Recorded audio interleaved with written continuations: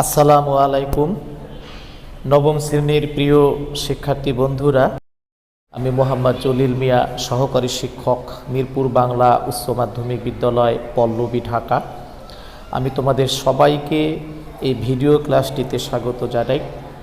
এই ভিডিও ক্লাসটিতে আমি তোমাদের মাধ্যমিক উচ্চশিক্ষা অধিদপ্তর কর্তৃক প্রদানকৃত নবম শ্রেণীর দ্বিতীয় সপ্তাহের অ্যাসাইনমেন্টের কভার পেজ কীভাবে তৈরি করতে হবে এবং যে সৃজনশীল প্রশ্নটি অ্যাসাইনমেন্ট হিসাবে দেওয়া হয়েছে সেটার সমস্যা সমাধানের বিভিন্ন ধাপ আমি আলোচনা করব। আশা রাখি তোমরা সকলেই আমার সঙ্গে থাকবে এবং ভিডিওটি স্কিপ না করে শেষ অবধি দেখবে, যাতে তোমাদের অ্যাসাইনমেন্ট তৈরি করতে সুবিধা হয়। তো আর দেরি করব না, তাহলে চলো আমরা মূল আলোচনায় ফিরে যাই। প্রিয় শিক্ষার্থীরা, তোমরা ইতিমধ্যেই জেনে গেছো যে কোভিড-19 পরিস্থিতিতে 2020 শিক্ষাবর্ষের পুনর্বিন্যাসকৃত পাঠ্যসূচির ভিত্তিতে তোমাদের পদার্থবিজ্ঞান বিষয়ে যে দ্বিতীয় সপ্তাহের অ্যাসাইনমেন্ট 1 দেওয়া হয়েছে, সেই অ্যাসাইনমেন্ট 1 এর বিষয়বস্তু এবং অধ্যায়গুলো হচ্ছে অধ্যায় 2 এবং 3 এবং অধ্যায় 2 থেকে গতি এবং অধ্যায় 3 থেকে বল। এই দুই অধ্যায়ের উপর ভিত্তি করে তোমাদের অ্যাসাইনমেন্ট দেওয়া হয়েছে একটা সৃজনশীল প্রশ্ন। এই সৃজনশীল প্রশ্নটি হচ্ছে, স্থির অবস্থান থেকে যাত্রা শুরু করে 600 কেজি ভরের একটি গাড়ি 0.2 মিটার পার সেকেন্ড সুষম ত্বরণে 60 সেকেন্ড চলার পর 400 কেজি ভরের একটি স্থির পিকআপ ভ্যানের সাথে ধাক্কা খেয়ে আটকে একত্রে 7.2 মিটার পার সেকেন্ড বেগে চলতে থাকে। তোমাদের প্রশ্ন হিসেবে দেওয়া হয়েছে ক, নিউটনের তৃতীয় সূত্রটি বিব্রত করো। খ, বৈদ্যুতিক পাখার সুইচ বন্ধ করার সাথে সাথে পাখাটি থেমে যায় না কেন, তার কারণ ব্যাখ্যা করো। গ, প্রথম গাড়িতে প্রযুক্ত বলের মান নির্ণয় করো। এবং ঘ, উদ্দীপকের ঘটনা ভরবেগের সংরক্ষণশীলতার সূত্র সমর্থন করে কিনা গাণিতিক বিশ্লেষণের মাধ্যমে তোমার মতামত লিখো। তো প্রিয় শিক্ষার্থী বন্ধুরা, তোমরা একটা জিনিস খেয়াল করে দেখো, তোমরা কিন্তু গতানুগতিক পরীক্ষার প্রশ্নের উত্তর যেভাবে লেখো সেভাবে কিন্তু অ্যাসাইনমেন্ট আসলে লেখা যাবে না। অ্যাসাইনমেন্টের জন্য তোমাকে যে সকল বিষয়ে খেয়াল রাখতে হবে তা হচ্ছে, এই যে ক নম্বর প্রশ্নে নিউটনের গতির তৃতীয় সূত্রটি তোমাকে লিখতে বলা হয়েছে, আসলে বই পড়ে তোমাকে আগে তৃতীয় সূত্রটি ভালোভাবে শিখতে হবে। তারপরে গতি জড়তার আলোকে দ্বিতীয় প্রশ্নটি, অর্থাৎ বৈদ্যুতিক পাখাটি সুইচ বন্ধ করার পরেও কেন ঘুরতে থাকে তা ব্যাখ্যা করতে হবে। প্রথম গাড়িতে প্রযুক্ত বলের মান নির্ণয় করতে বলা হয়েছে, তো বলের মান বের করার জন্য যে সূত্রটা রয়েছে সেই সূত্রটা আগে লিখতে হবে। এবং খ নম্বর প্রশ্নে ভরবেগের সংরক্ষণশীলতার সূত্র অনুসারে এই উদ্দীপকটা এই সূত্রটাকে সমর্থন করে কি না তা যাচাই করতে হবে। এই জন্য তোমাকে কিন্তু ভরবেগের সংরক্ষণশীলতার সূত্রটির গাণিতিক রূপ এবং ভরবেগের সংরক্ষণশীলতার সূত্রটির ভাষায় কিভাবে লিখতে হবে সেটাও জানতে হবে। তো আমি তোমাদের এই ভিডিও ক্লাসটিতে প্রত্যেকটা বিষয় ধাপে ধাপে শিখিয়ে দেওয়ার চেষ্টা করব। তো এই মুহূর্তে তোমরা যেখান থেকে আমার এই ভিডিও ক্লাসটি দেখছো, তোমরা আমার এই ভিডিও ক্লাসটিকে একটু শেয়ার করে দাও এবং আমার এই চ্যানেলটাকে সাবস্ক্রাইব করে রাখো। পাশে থাকা বেল বাটনটি ক্লিক করে রাখো, যাতে নতুন ভিডিও আপলোড করলে তার নোটিফিকেশন সবার আগে তুমি পেয়ে যাও। তাহলে চলো বন্ধুরা, আমরা শুরু করি। প্রথমত, এই ভিডিও লেকচারটিতে আমি তোমাদের অ্যাসাইনমেন্ট কিভাবে লিখতে হবে তা শেখাবো। ধাপ 1, কভার পেজ তৈরি। প্রথমেই তোমাকে একটা A4 সাইজের সাদা রঙের কাগজ নিতে হবে। এই A4 সাইজের সাদা রঙের কাগজটির উপরে তুমি যদি ইচ্ছা করো তাহলে কি করতে পারো, চারিদিকে সাইন পেন দিয়ে বর্ডার করে নিতে পারো। অথবা তুমি যদি মনে করো যে না, আমি বর্ডার করব না, তাহলেও কোনো সমস্যা নেই। এরপরে তুমি যে স্কুলে পড়ো বা যে বিদ্যালয়ে লেখাপড়া করো সেই বিদ্যালয়ের নাম তোমার কভার পেজের সব একবার টপে লিখতে হবে, অর্থাৎ উপরের দিকে লিখতে হবে। এরপরে যে বিষয়ে তুমি অ্যাসাইনমেন্ট তৈরি করতেছো সেই বিষয়টার নাম লিখো অ্যাসাইনমেন্ট 1।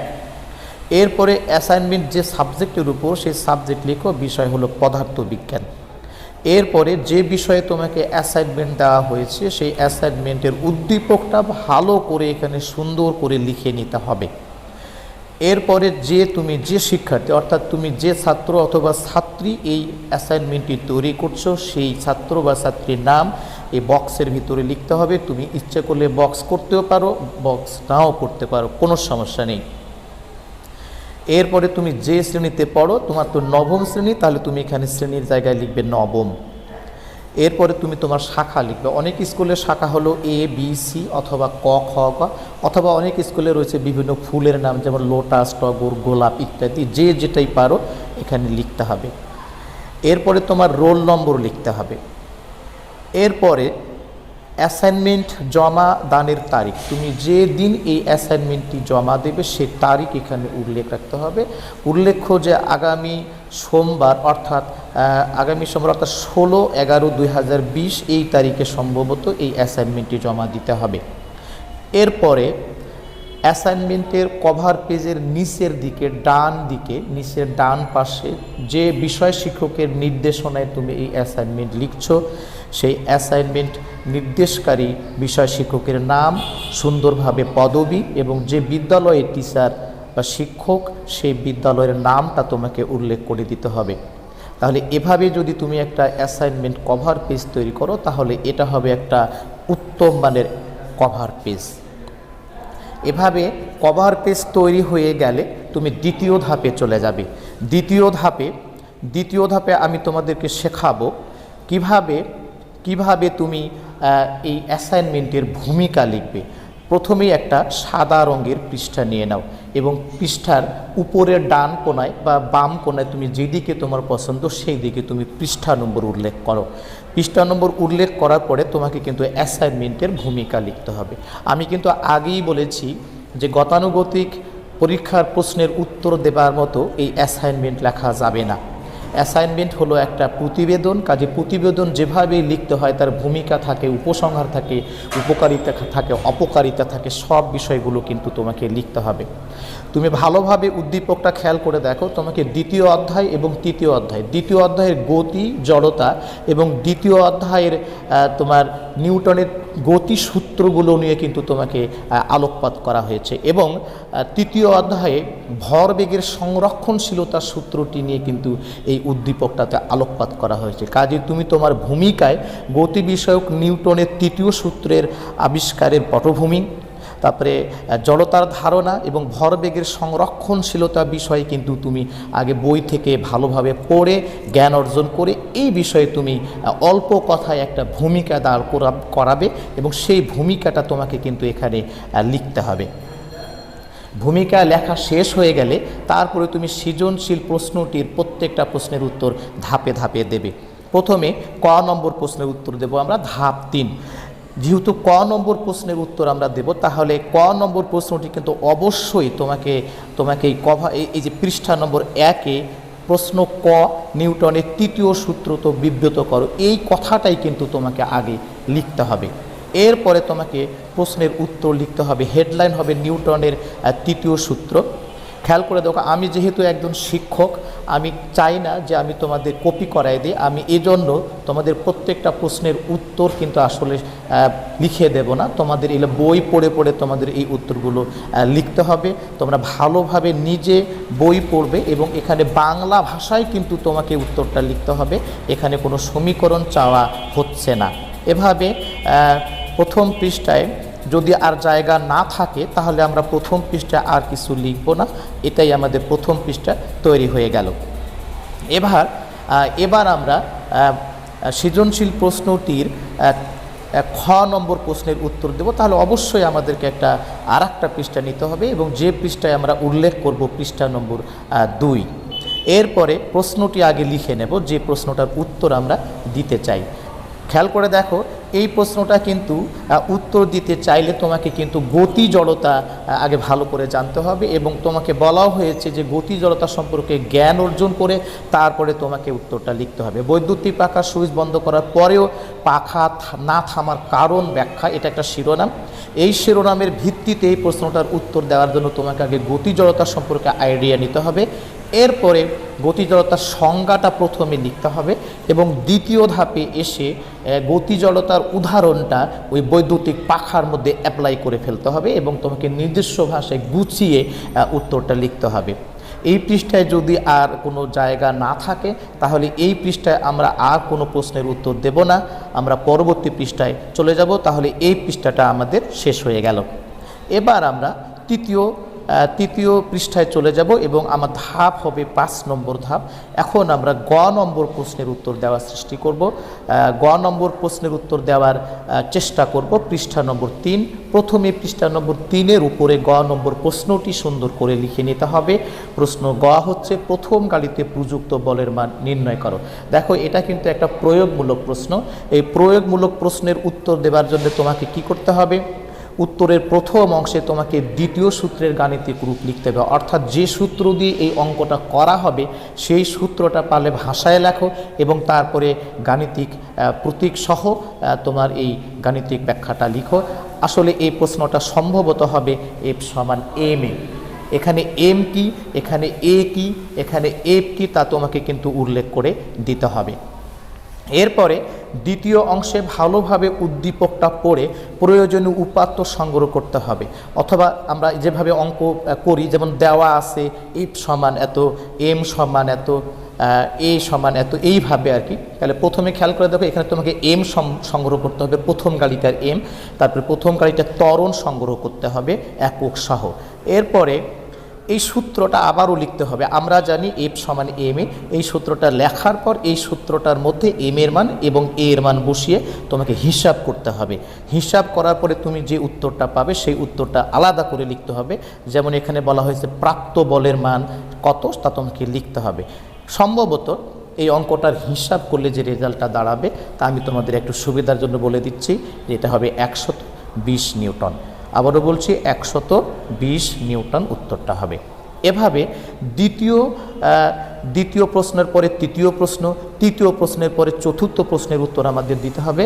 তাহলে তৃতীয় প্রশ্নের উত্তর যখন আমাদের লেখা শেষ হয়ে গেল, এই পৃষ্ঠায় যদি কোনো আর জায়গা না থাকে তাহলে আমরা এই পৃষ্ঠা শেষ করব এবং আমরা চতুর্থ পৃষ্ঠায় চলে যাব। চতুর্থ পৃষ্ঠায় আমাদের প্রথমেই 6 নম্বর ধাপে আসতে হবে। 6 নম্বর ধাপের প্রথম কাজটা হলো পৃষ্ঠাটা নিয়ে উপরে একটা পৃষ্ঠা নম্বর বসানো, চতুর্থ পৃষ্ঠা নম্বর 4। এবার প্রশ্নটাই লেখা দরকার। প্রশ্ন ঘ, উদ্দীপক অনুসারে উদ্দীপকের ঘটনাটি ভরবেগের সংরক্ষণশীলতার সূত্র সমর্থন করে কি? গাণিতিক বিশ্লেষণের মাধ্যমে তোমার মতামত লিখো। প্রিয় শিক্ষার্থী বন্ধুরা, তোমরা খেয়াল করো, এটা কিন্তু উচ্চতর দক্ষতার প্রশ্ন। এই প্রশ্নটার মধ্যে জ্ঞানের অংশ আছে, এই প্রশ্নটার মধ্যে অনুধাবনের অংশ আছে, এই প্রশ্নটার মধ্যে প্রয়োগের অংশ আছে, এবং এই প্রশ্নটার মধ্যে তোমার নিজস্ব চিন্তা চেতনার, উচ্চতর চিন্তনের একটা বিষয় রয়েছে। কাজেই এই প্রশ্নটা উত্তর লেখার আগে তোমাকে ভালোভাবে কিন্তু কী করতে হবে? উদ্দীপকটাই পড়তে হবে, এবং প্রশ্নের শুরুতেই লিখতে হবে ঘ নম্বর প্রশ্নের গাণিতিক বিশ্লেষণ। এরপরে উত্তরের প্রথম অংশে তোমাকে ভরবেগের সংরক্ষণশীলতার সূত্রটি ভাষায় লিখলে কী রকমের হয়, আগে ভাষায় লিখতে হবে। যেমন দুটি বস্তুর মধ্যে ক্রিয়া প্রতিক্রিয়া ছাড়া অন্য কোনো বল কাজ না করলে যে কোনো নির্দিষ্ট দিকে এদের মোট ভরবেগের কোনো পরিবর্তন ঘটে না, অর্থাৎ ভরবেগ অপরিবর্তিত থাকে। এই ভাষায় এটা লিখতে হবে, এবং ভাষায় এটা লেখার পর এর গাণিতিক রূপটাও লিখতে হবে। এর গাণিতিক রূপটা হবে m1 u1 plus m2 u2 equal to m1 v1 plus m2 v2। এই গাণিতিক রূপটা লেখার পর যখন একটা সংঘর্ষ হয়, সংঘর্ষের পরে একটা গাড়ি যখন আরেকটা গাড়িকে একই বেগে ঠেলে নিয়ে যায়, তখন কিন্তু তাদের শেষ বেগ একই হয়। যেহেতু এই উদ্দীপকের শেষ বেগ দেওয়া রয়েছে গাড়িটার, এবং এই পিকআপ ভ্যানের শেষ বেগ 7.2 মিটার পার সেকেন্ড দেওয়াই রয়েছে, সেটা কিন্তু উল্লেখ করতে হবে। তাহলে এই সূত্রটার কিন্তু একটা পরিবর্তিত একটা রূপ পাওয়া যাবে, যেটা হলো m1 u1 plus m2 u2 equal to V common নিলে m1 plus m2 into V হবে। তারপরে এরপরে তোমাকে কি করতে হবে, দ্বিতীয় অংশে উদ্দীপকটা পড়ার পর প্রয়োজনীয় উপাত্ত সংগ্রহ করতে হবে। অর্থাৎ M1 এর মান কত, M2 এর মান কত, U2 এর মান কত, V1 এর মান কত, V2 এর মান কত, এগুলো ভালো করে খুঁজে নিতে হবে। প্রিয় শিক্ষার্থীরা, তোমরা খেয়াল করে দেখো, এই অংশটা, এই উত্তরটা করার জন্য তোমাকে কিন্তু U1 দেওয়া নাই। কেন? U1 হলো তোমার সংঘর্ষের সময়ে ওই গাড়িটার বেগ, প্রথম গাড়িটা যেহেতু 60 সেকেন্ড পর পিকআপ ভ্যানটাকে ধাক্কা দিচ্ছে, কাজে 60 সেকেন্ড পর পিকআপ ভ্যানের ধাক্কা দেওয়ার সময় প্রথম গাড়িটার বেগ কত হবে সেটা আগে বের করে নিতে হবে। এটা বের করার জন্য V = U + AT এই সূত্রটি ব্যবহার করা যাবে। আগে সংঘর্ষের সময়কালীন প্রথম গাড়িটার বেগ বের করার পরে তারপরে তোমাকে কিন্তু কি করতে হবে, 7 নম্বর ধাপে যেতে হবে। এই 6 নম্বর ধাপ এখনও কিন্তু শেষ হয়নি। এই 6 নম্বর ধাপের কি হলো, এই প্রশ্নের চতুর্থ অংশে আমরা কি করব, যে মানগুলো পেলাম M1, M2, U1, U2, তারপরে V1, V2, এখানে V1 আর V2 একই হবে, এটা হবে 7.2। এই মানগুলো সূত্রটাতে বসিয়ে, হ্যাঁ, M1 U1 + M2 U2 = M1 V1 + M2 V2, এটার লেফট সাইড লিখে লেফট সাইডে মানগুলো বসাবো এবং রাইট সাইড লিখে আবার রাইট সাইডে মানগুলো বসাবো। মানগুলো বসিয়ে আমরা যাচাই করব যে ভরবেগের সমষ্টি, আদি ভরবেগের সমষ্টি এবং শেষ ভরবেগের সমষ্টি সমান হয় কিনা। যদি আদি ভরবেগের সমষ্টি এবং শেষ ভরবেগের সমষ্টি সমান হয়, তখন আমাদেরকে কি সিদ্ধান্ত হবে, আসলে সেটা তোমার বিষয়, সেটা তোমাকে নিজেই এটা সিদ্ধান্ত দিতে হবে। এই সিদ্ধান্তটা আমি আসলে জানাবো না, তবে তোমাকে সাহায্য করার জন্য আমি তোমাকে সম্ভাব্য উত্তর বলে দিলাম যে লেফট সাইডও আসবে 7200 কেজি/মিটার/সেকেন্ড এবং রাইট সাইডও আসবে 7200 কেজি/মিটার/সেকেন্ড।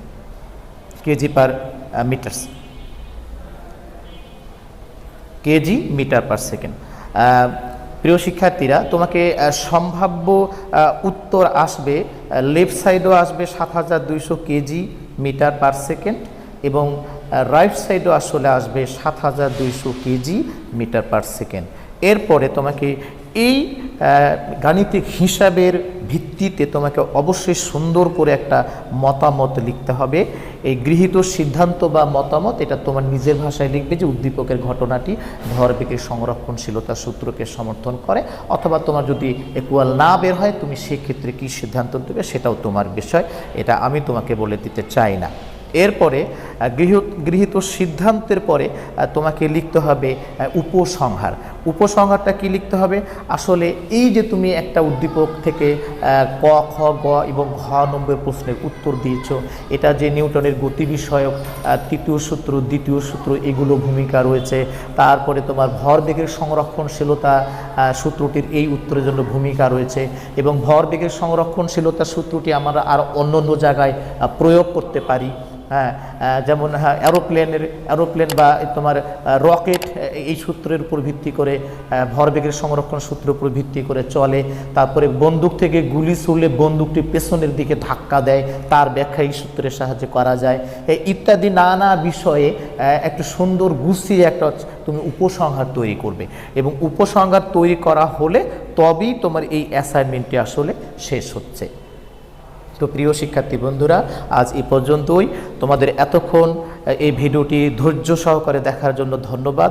আগামী ক্লাসে আমি তোমাদের অ্যাসাইনমেন্ট 2 এবং অন্যান্য আনুষঙ্গিক বিষয় নিয়ে কথা বলার আশা রাখি ইনশাআল্লাহ। সে নাগাদ সবাই ভালো থাকো। আজকে এই পর্যন্তই। আল্লাহ হাফিজ।